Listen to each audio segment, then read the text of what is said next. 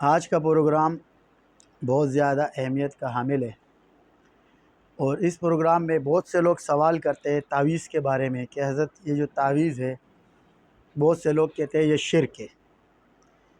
تو تعویذ شرک کیسے ہے؟ تو وہ بعض لوگ جو اس کو شرک سمجھتے ہیں، اس کے لیے وہ جو حوالہ جات دیتے ہیں وہ حدیث کے حوالے دیتے ہیں۔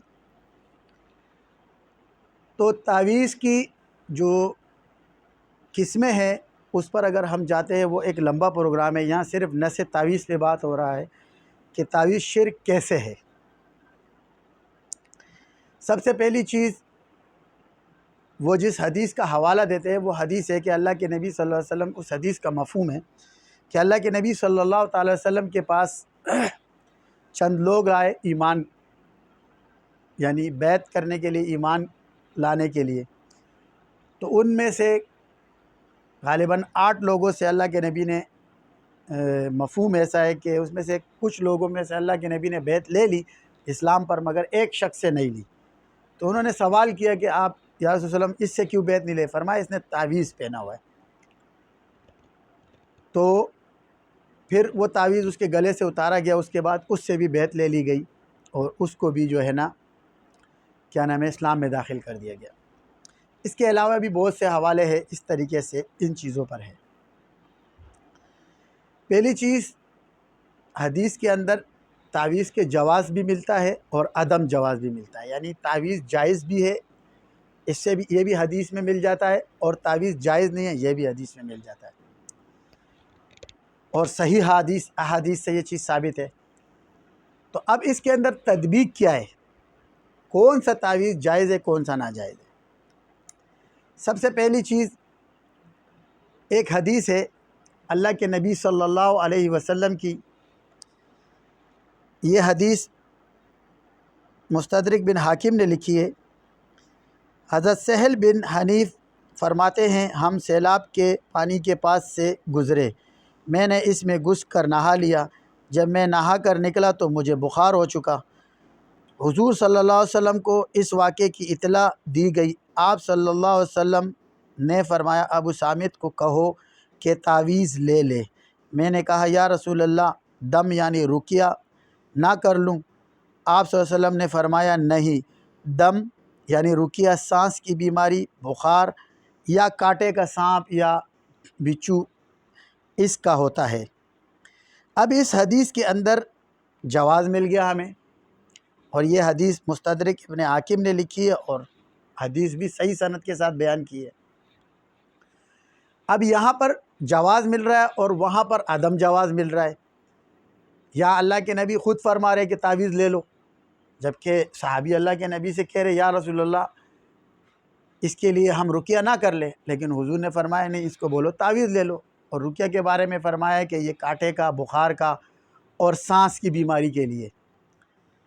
اب ہم پریشان ہو جاتے، جو لوگ تعویذ کو نہیں مانتے، جو تعویذ کے انکاری ہے، تو ظاہر ہے وہ آپ کو وہ والی احادیث اور وہ چیزیں سامنے کریں گی جس کے اندر حدیث میں منع ہے، یا جو لوگ اس کا انکار کرتے ہیں، اس کو کلی شرک اس کے اوپر لگا دیتے ہیں کہ ٹوٹل تمام کے تمام جو تعویذات ہے یہ ناجائز ہے۔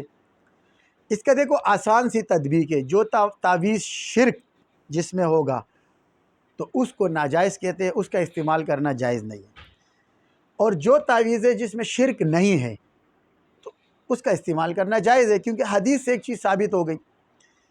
پھر حضرت عمر رضی اللہ عنہ سے بھی ثابت ہے کہ حضرت عمر رضی اللہ عنہ نے، میرے خیال میں کسریٰ یا روم کے بادشاہ کے سر میں درد ہوتا تھا، ان کو ایک تعویذ ٹوپی میں سی کے بھجوا دیا تھا۔ خود حضور صلی اللہ تعالی عنہ کے صحابی حضرت عبداللہ ابن عمر رضی اللہ عنہ سے بھی ایک چیز ثابت ہے کہ آپ بچوں کے گلے میں اعوذ باللہ کلمات اللہ، یہ والے کلمات آخر تک، یہ بڑے بچوں کو سکھا دیا کرتے تھے، اور چھوٹے بچوں کو لکھ کر گلے میں ڈلوا دیا کرتے تھے۔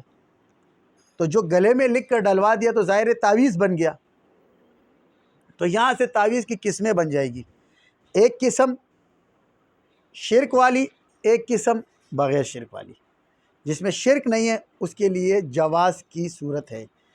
اب جیسے حدیث میں ایک منتر کے بارے میں آتا ہے، ایک صحابی تھے وہ منتر سے علاج کرتے تھے، تو اللہ کے نبی صلی اللہ علیہ وسلم کے دوسرے صحابی نے کہا کہ اب اسلام آ چکا ہے اور اب اس چیز سے علاج کرنا جائز نہیں ہے۔ دیکھو صحابہ کے اندر بھی اس پر اختلاف ہوا ہے۔ مسئلہ جب حضور صلی اللہ تعالی وسلم کی مجلس میں جا کے پیش کیا گیا، آپ صلی اللہ علیہ وسلم نے فرمایا مجھے سناؤ، تو اللہ کے نبی کو وہ پورا منتر سنایا گیا۔ اللہ کے نبی نے اس میں سے شرکی الفاظ نکال کے فرمایا اس سے علاج کیا کرو، اور بعد میں ترغیب بھی دی اگر اس طرح تم ایک دوسرے کی مدد کر سکتے ہو تو کرو۔ یہ منتر کے لیے اللہ کے نبی نے فرمایا۔ تو جائے گا کہ ایک بندہ شخص قرآن سے اور سنت کے مطابق اور قرآنی آیاتوں کو اور اللہ تبارک و تعالیٰ کے ناموں کو علاج معالجے کے لیے تعویذات کے لیے استعمال کرتا ہے، تو پھر اس کے لیے کیسے جائز نہیں ہوگا؟ اس کے لازم جائز ہو جائے گا نا۔ جس طرح میں نے آپ کو پیچھے ابھی حدیث سنائی حضرت سہیل کی، اس حدیث کے اندر تو تمام کے تمام شکوک و شبہات دور ہو جاتے ہیں۔ جب ہمارے اس طبقے میں جو اس پر اعتراض کرتے اس کو شرک بولتے، اور جو لوگ اس کو جائز بولتے، جب ان میں تعارض ہوا تو تعارض کو ہم حضور صلی اللہ علیہ وسلم کی مجلس میں لے جاتے، تو آپ صلی اللہ علیہ وسلم کی حدیث سے ثابت ہو گیا۔ تو یہاں سے یہ چیز ہمیں ملتی ہے کہ جس تعویذ کو آپ نے شرکیہ الفاظ سے لکھا ہو یہ جائز نہیں، اور جو تعویذ جس میں شرکیہ الفاظ نہیں ہے وہ جائز ہے۔ اب بعض لوگوں کے عجیب سوالات ہوتے ہیں، تو حدیث میں یہ کیوں آیا، حدیث میں یا یوں کیوں فرمایا؟ تو اس کے لیے سب سے پہلی چیز یہ ہے کہ حدیث کو ہم اگر خود سمجھنے کی کوشش کریں گے تو ہم نہیں سمجھ سکیں گے۔ اس کے لیے جو علماء جو ہے محنت کرتے ہیں، وہ مدارس میں پڑھتے ہیں، 15 16 سال محنت کرتے ہیں، پھر وہ یہ حدیث پڑھتے ہیں، پھر حدیثوں سے ائمہ نے کیا چیز اخذ کی، پیچھے کے جو ہمارے اکابرین گزرے انہوں نے اس سے کیا چیزیں اخذ کری، حدیث سے انہوں نے کون سا، اس حدیث سے مثال کے طور پہ کون سا علم لیا گیا ہے، اس میں ہم جواز کا انہوں نے حکم لگایا یا عدم جواز کا لگایا؟ ہم تو نہیں لگا سکتے۔ ہم تو اگر حدیث پڑھ لیں گے ہم اس حدیث میں سے خود جواز اور عدم جواز کا حکم نہیں لگا سکتے، نہ آپ نہ ہم کوئی عوام اس پہ تھوڑی لگا سکتی۔ تو علماء سے اس کا رابطہ کیا جائے۔ ہم علماء سے رابطہ نہیں کرتے، ایسے طبقے سے جو پروپیگنڈا کرتے ان کی باتیں سنتے، اس کو دل و دماغ میں بٹا کے اور بس جائز ناجائز کے فتوے خود لگانا شروع کر دیں۔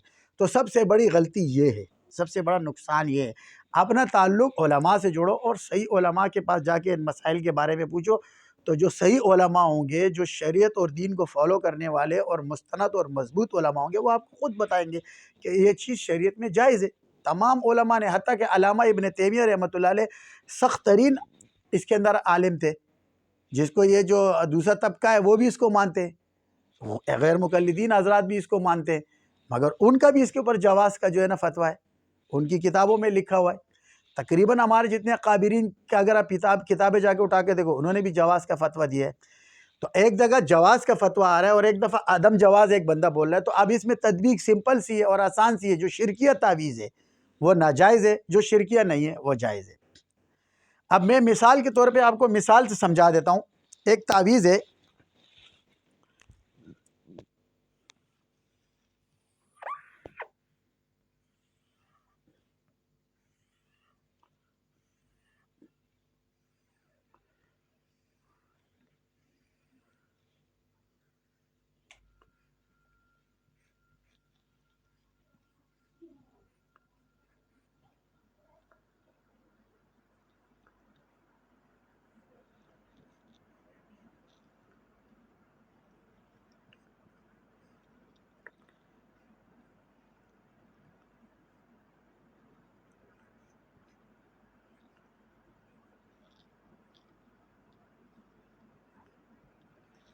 اب یہ ایک تعویذ ہے، تعویذ کی چالیں ہوتی ہے ثلاثی۔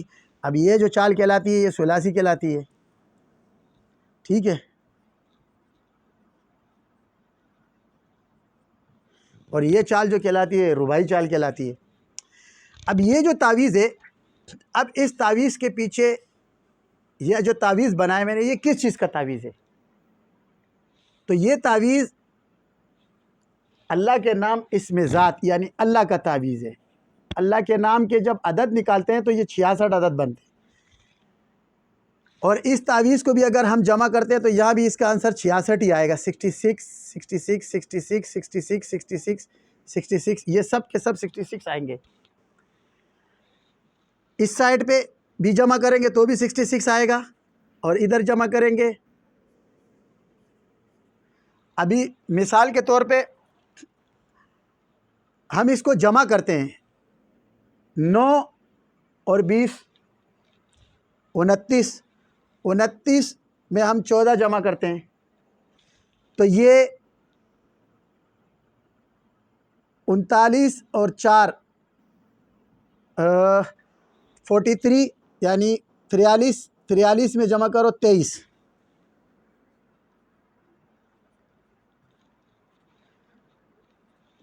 تو یہ آگے 43 اور 23 جمع کیے, 3 اور 3 6 اور 4 اور 2 6 66. اس طرح اگر ان سب کو ہم جمع کریں گے تو یہ اس کا یہی جواب آئے گا. یہ اللہ کا نام اس میں ذات ہے. اس کا یہ 66 عدد کیسے نکلتا ہے, یہ ایک الگ ترتیب ہے, اعداد کے حساب سے ہر اعداد کے نمبرنگ ہوتی ہے, اس سے نکالا جاتا ہے. اس تعویذ کے پیچھے علت کیا نکلی ہے, پیچھے اللہ کا نام ہے اور اللہ کے نام کا تعویذ ہے, تو یہ تعویذ جائز ہو جائے گا. اور ایک چیز تعویذ کے بارے میں بتا دوں کہ تعویذ بذاتی ہی تاثیر و اثر والا نہیں ہے. اگر آپ کا عقیدہ یہ ہے کہ تعویذ بذاتی خود تاثیر رکھتا ہے, خود اپنے اندر اثر رکھتا ہے, تو یہ جائز نہیں ہے. اگر ہم تعویذ کا یہ عقیدہ رکھتے ہیں بامر الہی, یعنی اللہ تبارک و تعالیٰ کے امر سے اس میں اثر ہے, تو جائز ہے. اب اسی طرح کا یہ تعویذ ہے, یہ تعویذ بن گیا, اور اسی طرح کا ایک تعویذ بندہ دوسرا بناتا ہے اور اس کے اندر غیر اللہ کا نام ہوتا ہے, یعنی اللہ کا نام نہیں ہوتا ہے, کسی بت کا نام ہوتا ہے, تو اس کو ہم ناجائز کہہ دیتے ہیں. کیوں؟ وجہ یہ کہ اس کے پیچھے ایک ناجائز چیز ہے. کون ہے؟ بت. بت کو خدا نہیں ہے,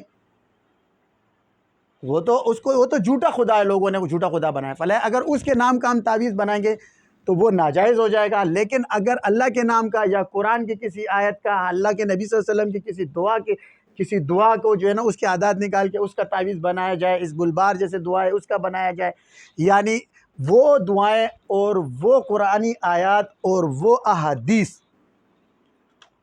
جو استعمال کرے گا قرآن اور حدیث کو, وہ جائز ہے. مگر اگر کسی بت کا یا سورج کا یا چاند کا یا ستارے کا کسی کا استعمال کریں گے وہ ناجائز ہے, کیونکہ اللہ کے غیر اللہ کے علاوہ کسی سے مدد لینا جائز نہیں ہے. لہذا جو جائز آدمی ہے اور جائز طریقے سے کام کرتا ہے اس کے اوپر اعتراض کرنا بیکار کا. آپ کے پاس علم نہیں ہے, اپنے اندر پہلے علم تک رسوخ حاصل کرو. جب آپ علم کے تک رسوخ حاصل کر لو گے تو اس کے بعد بیٹھ کر آپ جو ہے نا اگر کوئی فتویٰ لگاتے ہو تو خود ہی آپ کی عقل کھل جائے گی اور آپ پر یہ چیز کھل جائے گی.